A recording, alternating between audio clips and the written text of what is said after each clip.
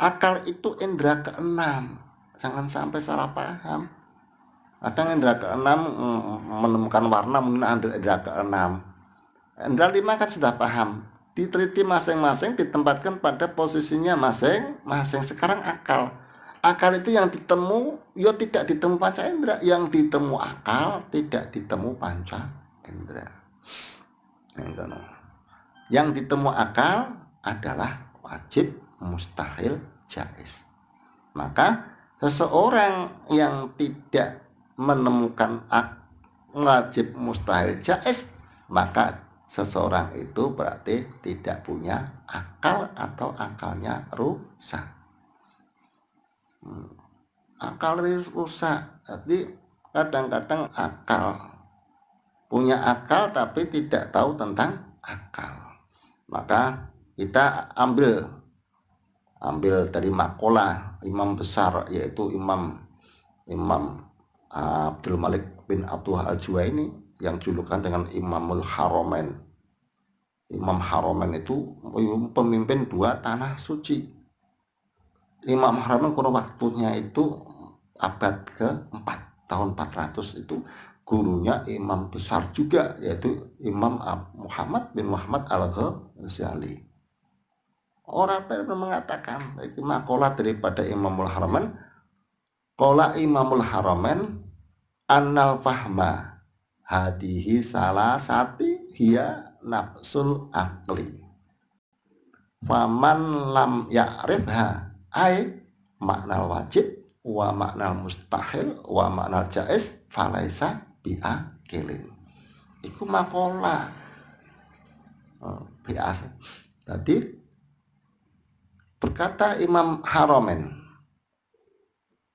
sesungguhnya paham daripada 3 perkara itu keadaan akal itu sendiri. Anal fahma hadihi salasati hiya nafsul akli. Jadi pahami 3 perkara adalah keadaan akal. Sehingga akal itu apa sih?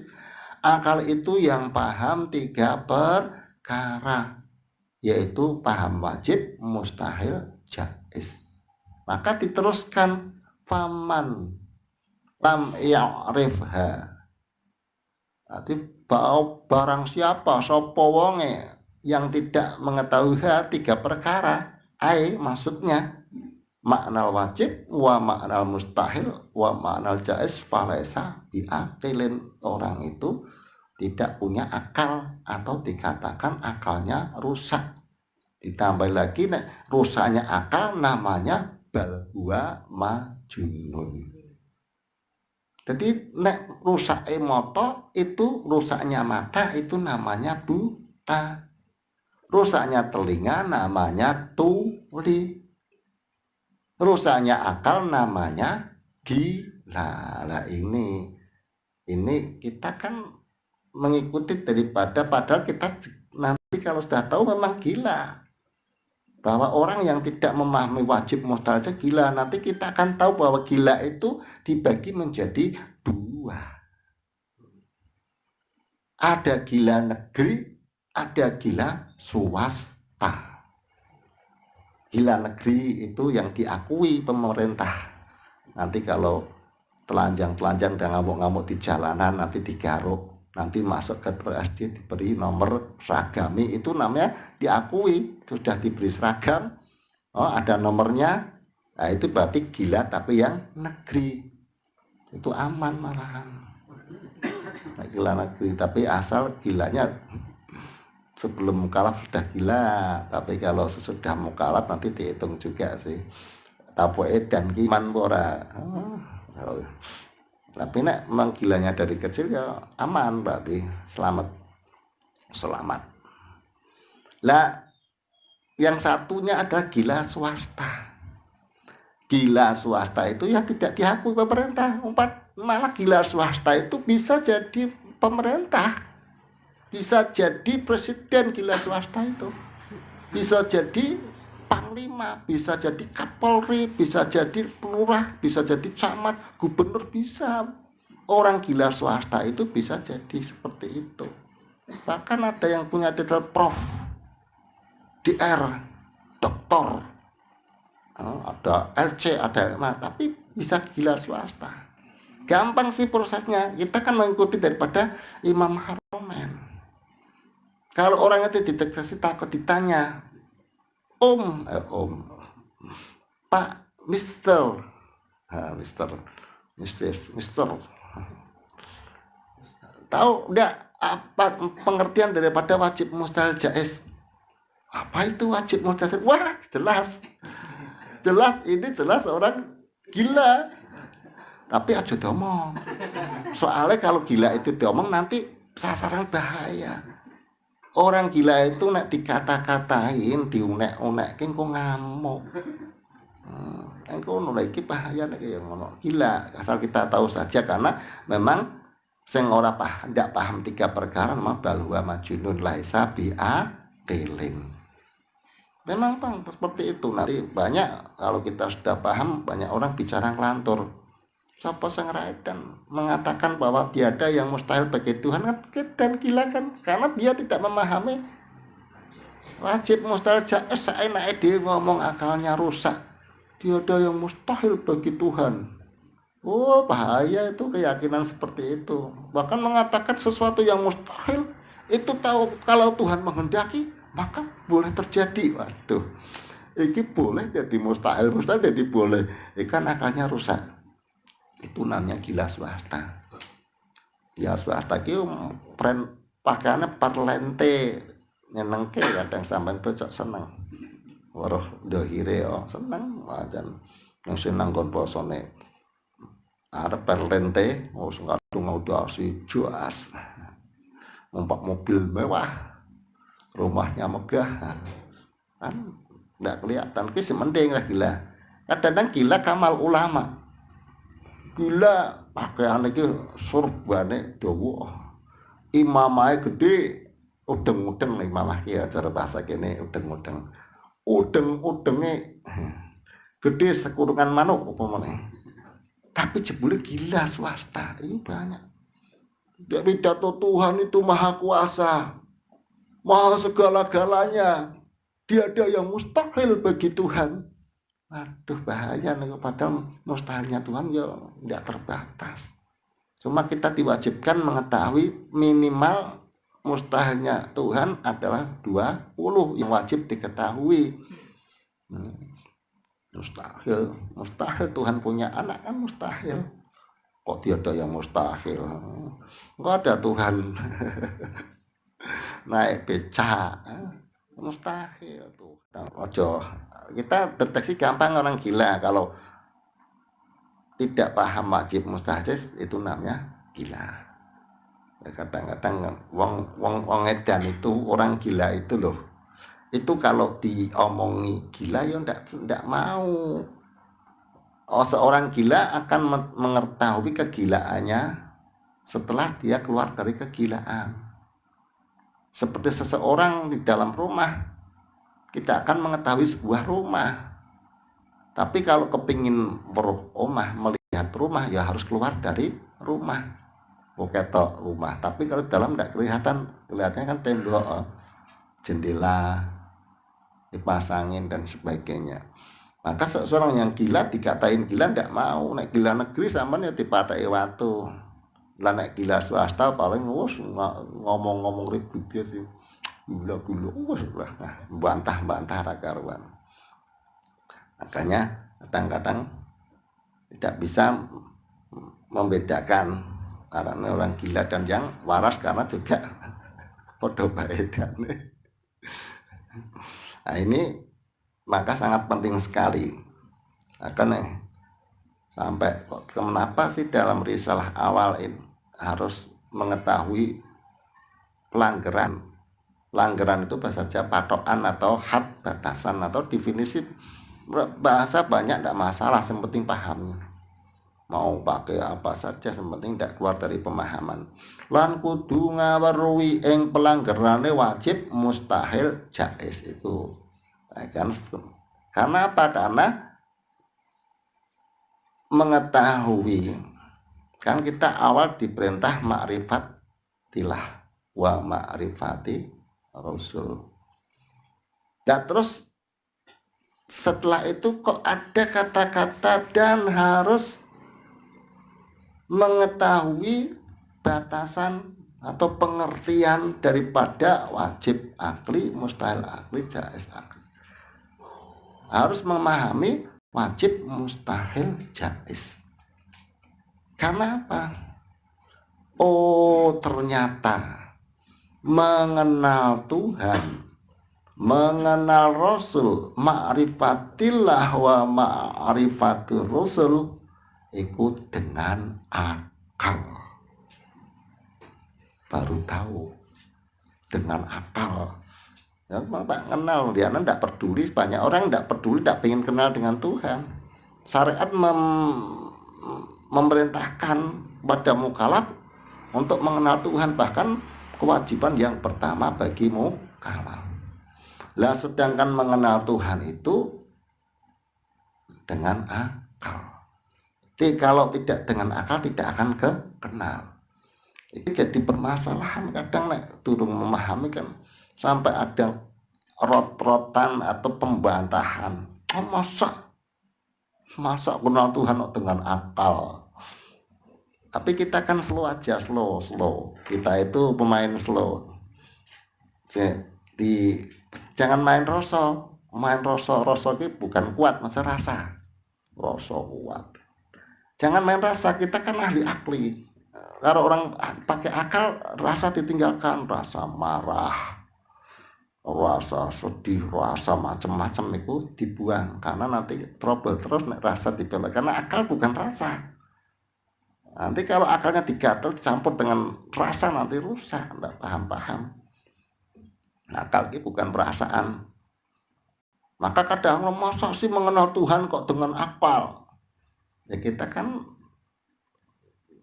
tidak apa-apa, ditanya aja. Semua kan perkara sih jais-jais, mau dengan apapun terserah Tuhan yang. Tapi kan kita harus paham bahwa kalau ada mengenal Tuhan dengan akal, ditanya. Lah kalau tidak dengan akal, dengan apa coba? Kita kan tanya tidak masalah sih, datang tanya, mau jawab ya terserah, tidak mau jawab ya terserah. Loh, harus saya mengenal Tuhan dengan akal. Nah kalau tidak dengan akal, dengan apa coba? Jadi kadang-kadang ada juga yang bisa jawab, tapi jawabnya dia tidak tepat juga. Tidak tepatnya karena orang-orang belum membuktikan. Ya tidak dengan akal, dengan apa? Dengan hati. Asik, mending kayak adem yos, hati. Rasa meneh, hati dem. Kita tanya kembali. Tanyakan loh, Anda mengatakan mengenal Tuhan kok dengan hati. Iku Anda sudah membuktikan belum? Kan kayak ngono tok. Kan tuntut jangan sampai ngomong hanya jeplak-jeplak itu mulutnya itu asal jeplak tok itu. Tapi tidak tahu yang diomong, lindur mengigau.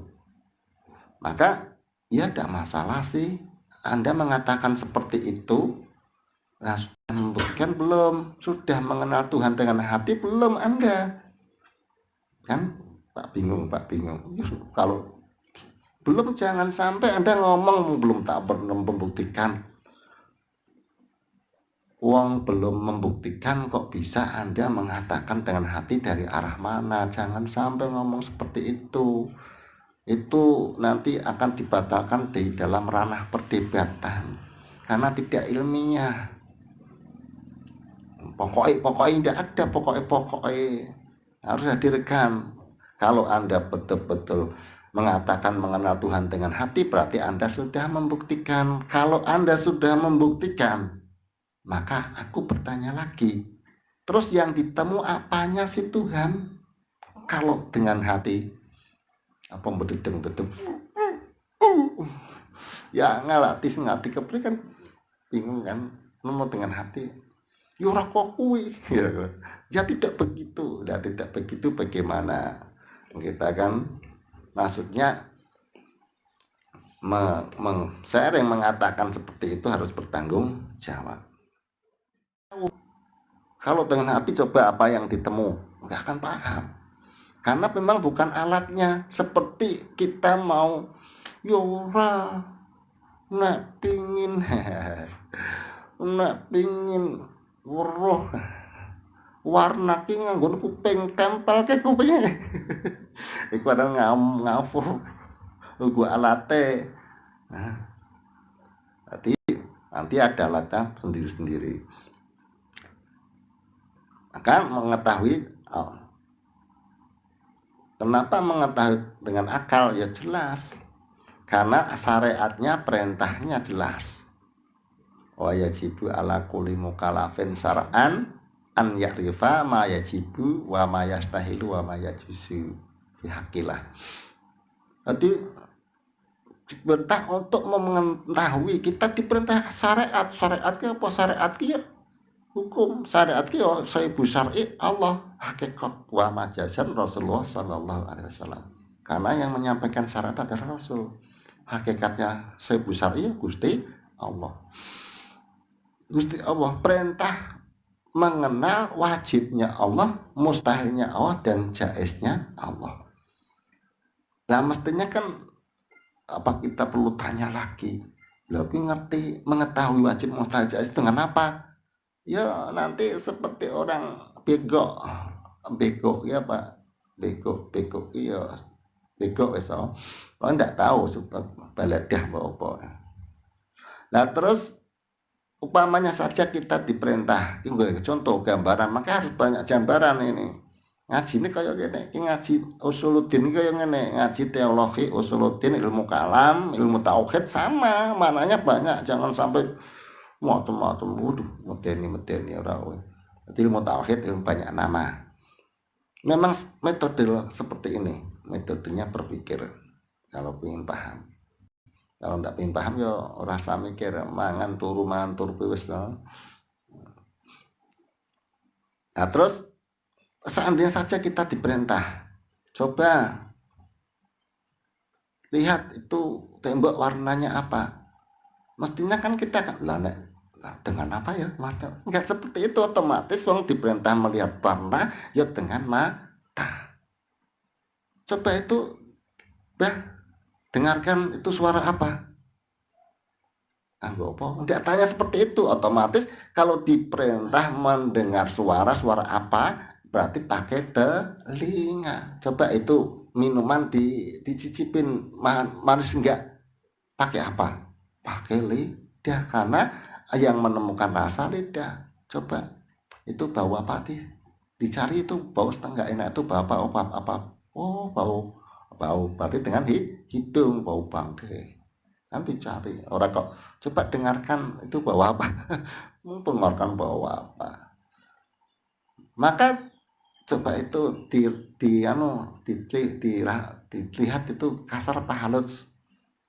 Mestinya kan orang pak didelok yang ini tok aja itu si pintu itu kasar apa halus, sarang ndak dipedekin wah kasar. Karena yang menemukan kasar itu kulit. Begitu juga kalau diperintah untuk mengetahui wajibnya Allah, mustahilnya Allah, dan jaiznya Allah, ya otomatis dengan akal. Kita cerdas dipikir mungkin atau mikir. Karena perintahnya ma'rifatillah wa ma'rifati rasul, itu mengenal wajibnya, mustahilnya, dan jaiznya. Batasannya itu syar'i. Ya menek basa klendek rati ketemu nek wong butuh Gusti Allah diomong Gusti Allah. Waduh, remeng-remeng Gusti Allah, remeng-remeng. Nah, kadang wong kentir-kentir iki banyak sekarang ki, ndak mau ngaji tapi kentir. Koyo yo Tuhan itu tidak bisa dilihat. Karena Tuhan itu jisimnya sangat lembut. Wong edan jisimnya sangat lembut. Itu ada, ya tapi maklum atau kalau kenal Tuhan. Tuhan jisim sudah fakot kafara menjisimkan Tuhan. Jisimnya lembut, jadi kita tidak bisa dekat. Karena jisim ada jisim latif, ada jisim kasih. Paham Gusti Allah dipatake jisim. Nah ini makanya kita di sini kan pemahaman lan kudu ngawruhi pelanggaran wajib mustahil jaiz itu berarti kan dipaham. Karena mengenal Allah dan mengenal Rasul itu dengan akal. Maka sebatas apa sih kita mengenal Tuhan? Kita diperintah Allah untuk mengenal Tuhan. Batasannya apa? Makrifatilah, batasannya ya akal itu toh. Akal itu tadi mau sebatas mengetahui wajibnya, mustahilnya, dan jaiznya. Itu saja. Nanti juga syariat mengatur. Nanti yang diwajibkan ain itu ya ada batasan untuk wajib ain yang betul-betul sudah muafik, cocok betul antara nakli dan akli, sudah muhtamat lah, muhkamat.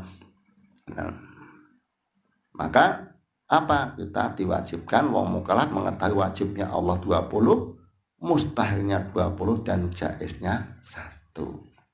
Itu berarti makrifatilah itu mengenal Tuhan itu dengan akal. Yang dikenal adalah wajibnya, mustahilnya, jaiznya. Kan bombong gampang kan, tidak sulit. Cuma kan orang ngerti akal, tidak paham akal, nggak bingung. Mau mencari Tuhan di incor ngalur ngidul delok mata ya ketemu, bukan alatnya. Seandainya Tuhan ditemu panca indera, Tuhan sama, karena yang ditemu panca indera itu ada samanya. Ada samanya sah. Coba sampean matane sampean tahu weruh ora sesuatu yang tidak gerak, tidak diam. Tidak melihat kan? Berarti bukan alatnya.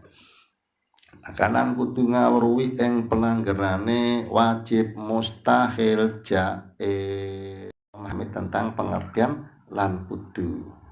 Maka apa? Kudu di sini juga berhukum wajib, tapi wajibnya syar'i. Karena apa? Li anahu ma yatawaqqafu alaihil wajibu yakunu wajiban. Jadi li anahu rostune perkara ma yatawaqqafu yang tergantung kepada wajib, yakunu wajibu. Yakunu wajiban, alaihil wajibu yakunu wajiban. Jadi apa-apa yang si wajib itu tergantung kepada suatu perkara, maka perkara itu jadi wajib. Mongko ngerteni wajib, mustahil, jaiz itu hukum wajib juga. Gambarnya bagaimana? Gambar seperti sholat, seperti wudhu. Wudhu itu kan bisa jadi wajib karena bergantung, ada yang bergantung kepada wudhu. Seperti sholat, sholat itu wajib, maka wudhunya jadi wajib.